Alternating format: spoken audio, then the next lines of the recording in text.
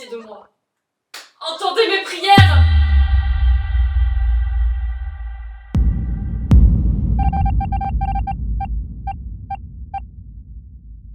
On est vendredi soir 4 avril, 22h, et je vais devoir passer mes 48 prochaines heures enfermée chez moi à créer un jeu vidéo. Je suis clairement pas prête parce que j'ai littéralement découvert le monde du développement de jeux vidéo il y a quelques semaines, et tout ce que j'ai fait jusque-là, c'est un petit Flappy Bird en 2D qui est encore pas mal buggé. Mais du coup voilà, je me suis lancé un challenge, celui de créer un jeu vidéo en seulement 48 heures. Et ce challenge, je le fais pas toute seule. Je le fais dans le contexte de la Ludum Dare, et pour les personnes qui connaissent pas, la Ludum Dare, c'est une game jam, une sorte de compétition où des game designers et des développeurs vont décider de se bloquer plusieurs heures, plusieurs jours, voire même plusieurs semaines pour créer un jeu vidéo. La plupart du temps, c'est des gens, des associations, des organismes qui décident d'organiser ces game jams. N'importe qui peut y participer, littéralement. Et l'objectif, ça va donc être de créer ce jeu dans un temps imparti, sur un thème donné et avec des contraintes bien spécifiques. Personnellement, j'ai choisi la Ludum Dare parce que c'est une game jam qui existe depuis 2002, qui est faite avec des gens du monde entier. Et dans cette game jam, il y a 3 modes. La compo, la jam et la extra. Vous pouvez voir ces modes-là un petit peu comme des modes de difficulté. La compo, c'est quand t'es solo, t'as 48 heures et c'est quand tu crées littéralement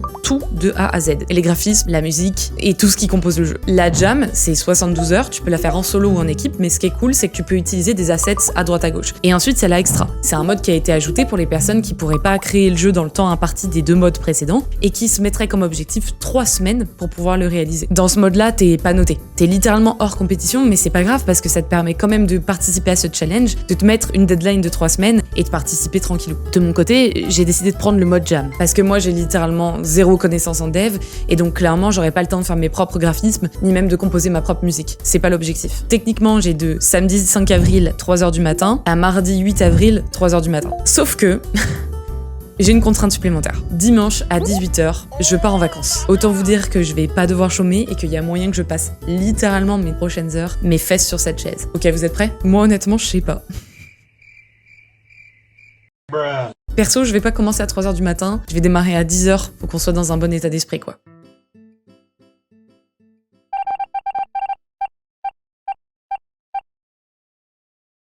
Le thème est tombé. Depth, soit profondeur en français. J'ai jamais fait de game jam, mais je sais qu'une chose est ultra importante. Bien scoper son jeu. C'est-à-dire s'assurer que ce qu'on décide de développer est réalisable dans les temps. Le principal, c'est de réduire à mort le scope du jeu pour s'assurer de le terminer, quitte à rajouter ensuite. Alors, c'est ce que j'ai fait. Quand j'ai entendu le nom du thème, je me suis dit que je voulais un jeu narratif en 3D, avec un personnage qui saute dans le vide, un compteur de mètres de profondeur et des textes qui questionnent notre réalité. Ça veut dire que j'ai pas besoin de faire de gameplay et que même si c'est absolument pas fun, bah, c'est faisable. Comme je sais absolument pas comment développer un jeu et encore moins en 3D, je me suis aidée de ChatGPT pour 2 choses. La première, c'est de me donner un plan réalisable sur les 39 heures. La deuxième, c'est de m'aider pour le C#. La première étape du plan consistait à préparer les bases de mon jeu. Avoir une scène où se déplacer, avoir un personnage contrôlable, avoir un trou et une zone de chute. En 1h45, tout est prêt. Alors certes, j'ai pas d'assets, et donc là c'est juste des formes géométriques, mais ça marche. Je me dis que ça va être bien plus rapide que prévu et je suis hyper optimiste. J'en profite même pour faire une petite pause à 12h15.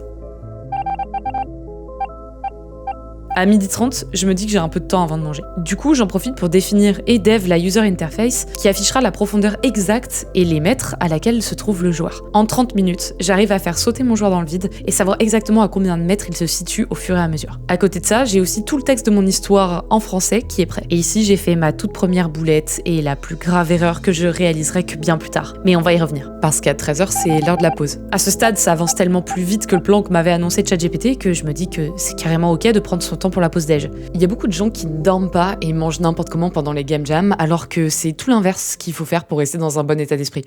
Et justement, c'est le moment parfait pour vous parler de Joe, le sponsor de cette vidéo, mais aussi et surtout un service que j'utilise littéralement tous les jours. Autant vous dire que je suis trop contente qu'ils soutiennent la chaîne. Joe, c'est une application que j'utilise maintenant depuis plus de 4 ans pour choisir mes recettes et faire mes courses ultra rapidement sans me prendre la tête. Parce qu'on va pas se mentir, choisir quoi manger midi et soir, ça peut prendre une éternité et c'est sans compter le temps qu'on doit passer en magasin pour trouver tous les ingrédients dont on a besoin une fois qu'on a choisi quoi cuisiner.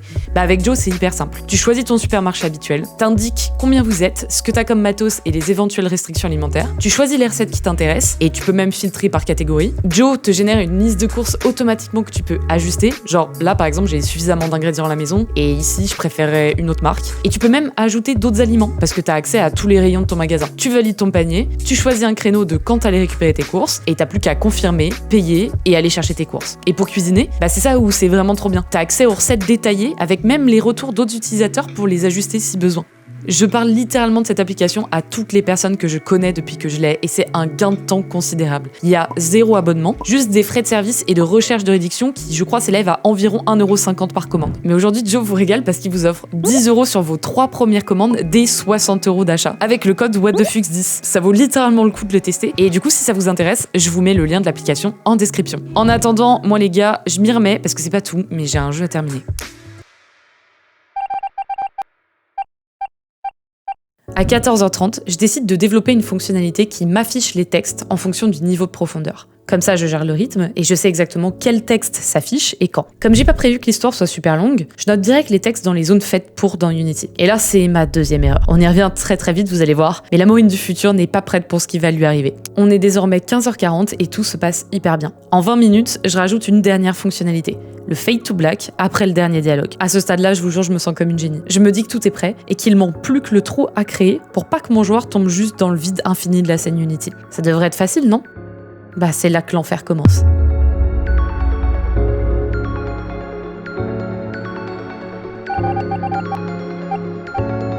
Je vais tenter de rester poli, mais je vous jure, j'ai passé 1h47 pour essayer de régler un énorme bug dégueulasse dans ma scène. 1h47 à essayer de régler ce bug pour au final simplement copier-coller la scène. Ça m'a fait péter un câble. D'autant plus que ProBuilder, qui est un outil interne à Unity qui permet de créer différentes formes, c'est pas du tout intuitif. Bref, à 18h30, mon cylindre est là, il est fonctionnel, il n'y a plus de bug. Cette fois, je m'attaque à l'animation. Mon jeu est fonctionnel, j'ai juste envie de le rendre un petit peu plus beau. Alors, je vais choper des assets tout faits et je transforme mon petit tic-tac en un personnage 3D, j'applique un ciel sombre plutôt que lumineux et je pimpe un peu mon environnement de départ. Là, vous devez vous dire que honnêtement, prendre des assets sur internet et les appliquer directement dans le code de votre jeu, ça devrait être hyper rapide et facile. Sauf que quand tu fais de l'animation, bah tu peux pas juste espérer que les assets d'animation marchent. Faut ensuite dire au jeu quand les activer. Et c'est pas hyper simple. J'ai douillé jusqu'au repas, douillé après le repas et ce jusqu'à minuit 30. Parce que quand je sautais, l'animation se jouait pas. Bref, je vous passe un petit peu le détail, mais clairement, ChatGPT c'est hyper cool niveau code et autres, sauf que bah ouais, faut comprendre ce qu'il fait et faut ajuster. Et ça, j'ai mis un moment avant de capter. Parce qu'encore une fois, je suis débutante là-dedans et je remettais pas constamment ChatGPT en question. Je me retrouve du coup à minuit 30 avec des animations enfin fonctionnelles et contrairement à ce qu'on pourrait penser, bah j'avais pas du tout sommeil. Clairement, j'étais trop énervée, j'étais trop excitée par la lumière de l'ordinateur et je me suis dit pourquoi pas continuer sur un son d'ambiance dans le jeu. Un son sur les pas de mon personnage aussi. Ce qui voulait dire que déjà, fallait que je trouve un son à appliquer dès le démarrage du jeu, ça c'est plutôt facile, et il fallait aussi que je trouve un son de pas à découper en plusieurs petits sons et les appliquer à chaque pas du joueur. Simple aussi, bien plus en tout cas que ce que je pensais. Et je déconne pas, le temps de trouver ces sons, de les appliquer dans le jeu et d'ensuite coder pour qu'ils soient fonctionnels, ça m'a mis une demi-heure maximum. Et vu que j'étais dans une bonne dynamique, bah j'ai continué.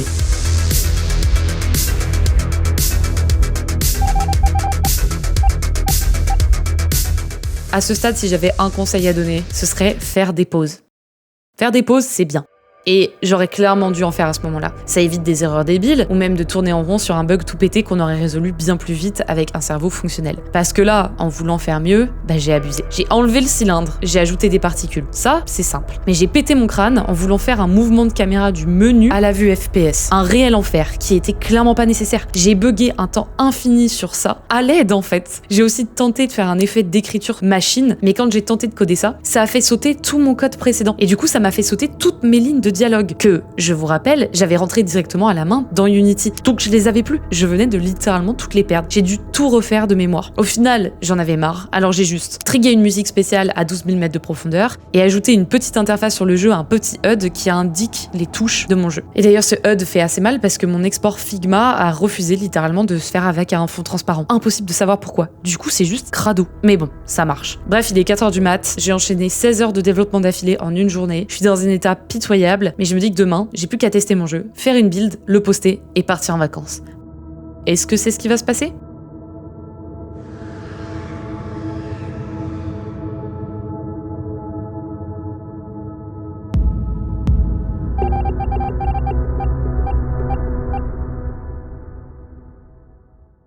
On est le deuxième jour de la jam, il est 11h du matin et je décide de repartir dans la création de mon jeu.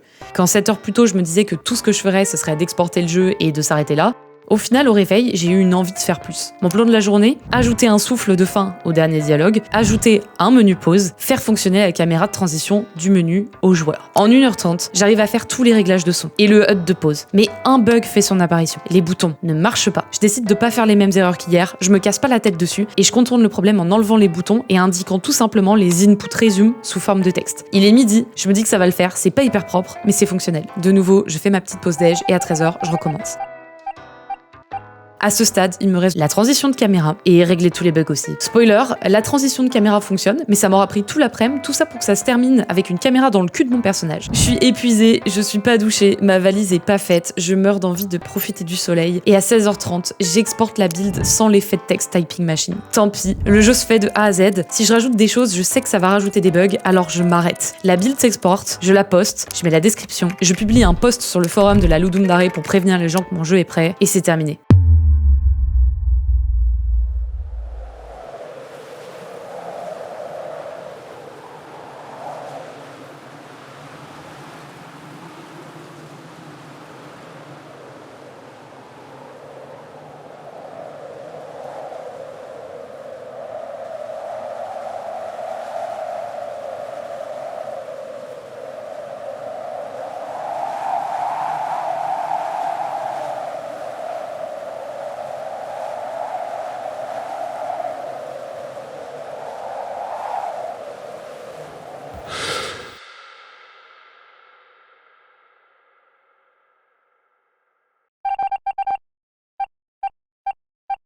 Vous vous rappelez que je vous avais dit que j'avais fait une grave erreur en début de vidéo? On en est au moment des tests de jeu, de la notation du jeu, et toutes les personnes qui ont fait la jam de la Ludum Dare peuvent justement regarder mon jeu et me dire ce qu'ils en pensent. Et j'ai oublié de faire quelque chose de primordial. Une erreur de con, en fait, il y a pas d'autre mot. C'est même pas de débutant, c'est une erreur stupide. Parce que j'avais la tête de fou dans le guidon, et cette erreur, je la réalise qu'une fois le jeu posté. La valise dans le coffre de la voiture et la route prise direction de la campagne. C'est-à-dire que j'ai plus mon PC pour modifier mon jeu, et l'un des premiers commentaires que je vois sur mon téléphone, c'est « It would have been nice to get it translated in English ». Vous y croyez? Moi, toujours pas. Je fais le menu du jeu en anglais, la description en anglais, tout en anglais, mais j'ai oublié de changer la narration de mon jeu, qui est donc en français. Et que la Ludum Dare, je rappelle qu'elle est mondiale. Heureusement, on peut corriger ça même après la fin de la Ludum. La vérité, c'est que j'ai quand même eu des retours hyper encourageants de la part de devs pas du tout francophones, qui du coup se sont concentrés sur l'ambiance du jeu et d'autres petits aspects. Et ça m'a fait hyper plaisir, parce que même s'ils ont rien compris, ça a l'air de leur avoir plu. Je vous rassure, ça c'était sur les 9 premières notes. J'ai pu assez rapidement intégrer une version anglaise et donc avoir des personnes qui testent le jeu dans sa globalité. À ce stade, il me faut environ 20 notes dans chaque catégorie pour que mon jeu soit classé. Alors je teste d'autres jeux. Je mets des commentaires, j'essaie de me faire remarquer pour que les gens aient envie de tester mon jeu aussi. Honnêtement, il y a des dingueries. Je vais pas pouvoir tous vous les passer, mais j'ai quand même envie de mettre quelques captures. Il y a une personne qui est partie dans la narration un petit peu comme ce que moi j'ai fait, de manière complètement différente, où l'objectif c'était de faire rouler une petite boulette de papier en appuyant sur les flèches de gauche et de droite. Il y a aussi eu un point and click que j'ai adoré, qui est tout en pixel art, et je vous jure que ce jeu, j'aurais vraiment adoré qu'il y en ait une version complète. Il y a d'autres participants qui m'ont aussi totalement happé avec leur titre. Il y a Colizan, une personne que je connais de la vraie vie pour le coup, qui a décidé de streamer littéralement toute sa game jam. Et son jeu était une réelle pépite. Ce mec, dès qu'il fait un jeu, c'est une pépite. C'est vraiment un génie. Je vous mets tous les liens des jeux dont je vous parle d'ailleurs en description si vous voulez aller voir. C'est trop cool de tester ça, quoi. Et de voir ce qui a été fait en aussi peu de temps.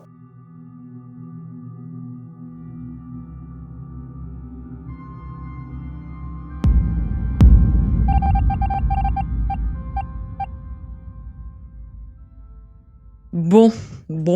Ça fait maintenant 2 semaines que j'ai terminé la Ludum, donc j'ai quand même quelques petits trucs à dire. Maintenant que le trauma est passé, là où je suis hyper contente, c'est que j'ai réussi à faire un jeu de A à Z, c'est-à-dire qui démarre, qui n'a pas de bug majeur et qui se termine. Là où normalement énormément de personnes ont du mal à identifier le scope et du coup terminer leur jeu. Au niveau des notes, il faut savoir qu'on était 3162 groupes, que ce soit des groupes solo ou à plusieurs personnes, et uniquement 1598 groupes ont déposé leur jeu. Donc presque 50% qui au final ne publient pas de jeu. De mon côté, c'est ce que je vous avais dit, je ne m'attendais à rien niveau notes, mais je voulais juste être classée, histoire qu'il y ait un petit objectif, et je me rends compte que pour le mood, je suis classée 225e sur 1598, c'est-à-dire que je suis dans le top 15%. Le reste, on va pas trop regarder, parce qu'effectivement, que ce soit le fun, l'innovation, l'humour, bon voilà. Mais ce qui était le plus intéressant, c'était les commentaires. J'ai franchement eu des trop bons commentaires. Et d'autres personnes personnes qui me disent totalement se projeter dans ce que je raconte dans ce petit jeu, alors que honnêtement, il y a rien de fou. Du coup, c'est hyper encourageant. On va pas se mentir, je trouve que mon jeu est clairement pas extraordinaire. Mais d'un autre côté, je trouve ça hyper important pour toutes les personnes comme moi qui auraient jamais cru y arriver, de voir ce que j'ai été capable de faire en moins de 48 heures. Et enfin, au niveau de la UX, parce qu'après tout, le UX design, c'est littéralement mon métier, j'ai vraiment fait le strict minimum. C'est juste que là, très clairement, j'étais focus comme pas possible sur le développement du jeu. Et donc, du coup, la seule UX que j'ai faite, c'est mettre les contrôles dans le jeu pour que le joueur sache comment jouer, plutôt que de le mettre dans la description du jeu, comme certaines personnes font. Je crois qu'on arrive à peu près à la fin de cette vidéo. Je vous ai fait un petit peu mon petit retour d'expérience sur ce challenge que beaucoup de personnes voient comme impossible à faire, moi la première, en n'ayant aucune connaissance, alors qu'en réalité, c'est faux. Vous pouvez totalement le faire. Voilà mes petits Vuxos, la vidéo touche à sa fin. J'espère aussi que ça vous aura donné envie de vous lancer peut-être dans la création de votre propre jeu, ou si vous êtes déjà développeur et designer, de tenter une game jam. Si vous avez déjà fait des game jams, dites-moi ça en commentaire, dites-moi celle que vous préférez. Si vous en avez pas fait, dites-moi ce qui vous fait peur, peut-être. Je vous fais des bisous et je vous dis à la prochaine vidéo. Bisous!